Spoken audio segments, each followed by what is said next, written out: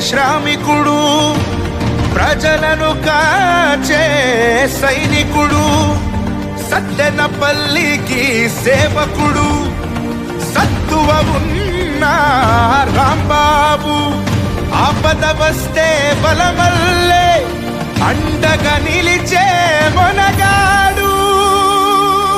అందుకే మా బాబు అంబటి రాంబాబు, సమరల రాంబాబు అంబటి రాంబాబు.